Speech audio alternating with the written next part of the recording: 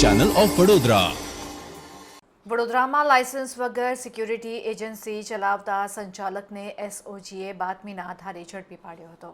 એસઓજીનો staff ગઈકાલે પેટ્રોલિંગમાં હતો તે દરમિયાન માહિતી મળી હતી કે આજવા બ્રિજ પાસે આવેલ અમરદીપ બંગલોઝ ખાતે ઓમ ઇન્વેસ્ટિગેશન સિક્યુરિટીના સંચાલક પંડિત તિવારી વગર લાયસન્સે સિક્યુરિટી એજન્સી ચલાવે છે અને અલગ અલગ સોસાયટીઓમાં માણસોને સિક્યુરિટી ગાર્ડ તરીકે રાખ્યા છે. જેથી પીઆઈએસડી રાથડાની સૂચના મુજબ સ્ટાફે અમરદીપ બંગલોઝ ખાતે જઈ તપાસ કરતા એક સિક્યુરિટી ગાર્ડ મળી આવ્યો હતો.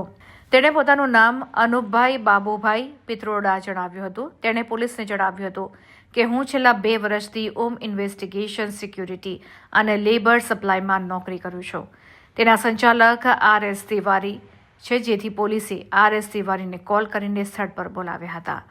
તેણે પોતાનું નામ રમાશંકર સતરામ તિવારી હોવાનું જણાવ્યું હતું. પોતાની પાસે લાયસન્સ નથી અને છેલ્લા 2 વર્ષથી 8 બિનહથિયારી ગાર્ડ અલગ અલગ સોસાયટીમાં રાખ્યા છે. તેને ગાર્ડ તરીકે રાખેલા વ્યક્તિઓની કોઈ માહિતી રાખી ન હતી તેમજ હાજરીનું રજિસ્ટર પણ રાખ્યું ન હતું, જેથી પોલીસે તેની સામે ગુનો દાખલ કરીને કાયદેસરની કાર્યવાહી હાથ ધરી છે.